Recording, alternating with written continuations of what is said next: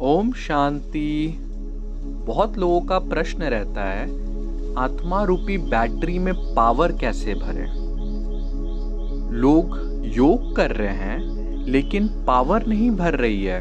10 साल पहले जैसी स्थिति थी अभी भी बिल्कुल वैसी ही स्थिति है।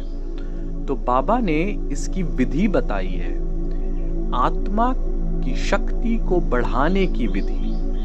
बाबा ने कहा, बुद्धि योग का बल चाहिए। माने आत्मा की बैटरी को चार्ज करने के लिए हमें बुद्धि योग का बल चाहिए। हमें बुद्धि का योग स्वयं परम पिता परमात्मा से लगाना है। माने हमें बुद्धि का योग स्वयं बाबा से लगाना है, बाबा को याद करना है। अब सवाल आता है, याद दो तरह के होते हैं। एक नॉर्मल बीज रूप स्थिति की याद, एक फरिश्ते रूप में याद, बाबा को ब्रह्मा बाबा के तन में देख करके याद।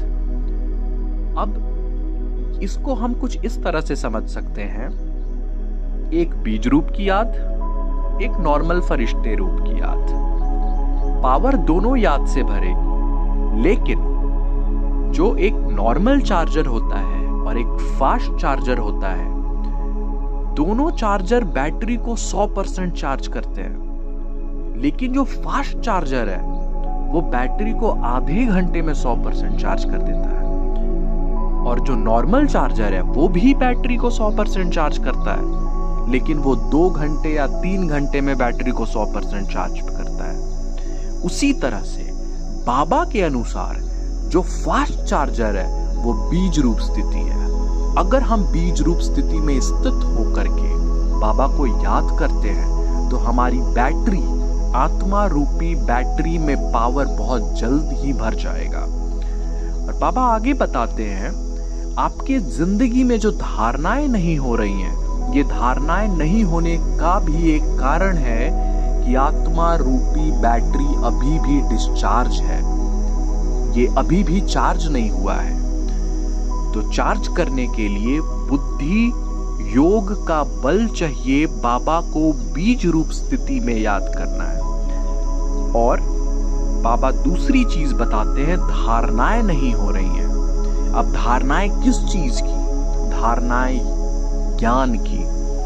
धारणाएं ज्ञान की होती है, और बाबा ज्ञान को कवच कहता है। ज्ञान रूपी कवच दुनिया में ऐसा कवच है, ये पूरे ब्रह्मांड में एक ऐसा कवच है, ये ज्ञान रूपी कवच, जो किसी भी शस्त्र से, अस्त्र से आपकी रक्षा कर सकता है। आपकी जिंदगी में कैसी भी परिस्थिति हो, कैसा भी समय आपकी जिंदगी में क्यों ना चल रहा हो, ये ज्ञान रूपी शील्ड जो है, या ज्ञान रूपी कवच जो है, आपकी हर परिस्थिति से रक्षा करने की क्षमता रखता है।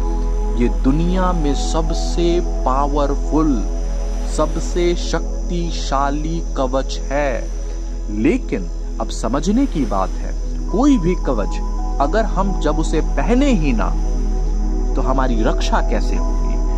रक्षा होने के लिए हमें उस कवच को खुद में धारण करना होगा, उस कवच को खुद में पहनना होगा, तब ही जाकर के हमारी रक्षा होगी। बिल्कुल इसी तरह इस ज्ञान रूपी कवच को भी हमें अपने अंदर धारण करना होगा। तभी अचानक से अगर कोई परिस्थिति आई, आप उस परिस्थिति में इस ज्ञान के पॉइंट को यूज कर सकेंगे। तभी आपके मन में ज्ञान का पॉइंट बाहर आएगा, और तभी आप इस ज्ञान के प्रैक्टिकल स्वरूप को अपने अंदर धारण करके यूज कर सकेंगे। अदरवाइज, अन्यथा ये प्रैक्टिकल स्वरूप बाहर ही नहीं आएगा। और प्रैक्टिकल स्वरूप की बात तो बहुत बाद में है। आप इस ज्ञान के पॉइंट को भी याद नहीं कर सकेंगे जब आपके पास कोई परिस्थिति आएगी। तो सबसे पहला बाबा ने बताया, बुद्धि योग के बल द्वारा बाबा को बीज रूप स्थिति में याद करना है। उसी से आत्मिक बल बढ़ेगा, उसी से आत्मा रूपी बैटरी चार्ज होगी, और जब आत्मा रूपी बैटरी चार्ज होगी तब ही आप ज्ञान का धारणा कर सकेंगे, और जब ज्ञान का धारणा होगा तो ज्ञान इतनी बड़ी शील्ड है, इतनी बड़ी कवच है कि आपको किसी भी विघ्न से बचाने की शक्ति देता है, और तब ही आप विघ्न विनाशक बन सकेंगे। अच्छा, ओम शांति।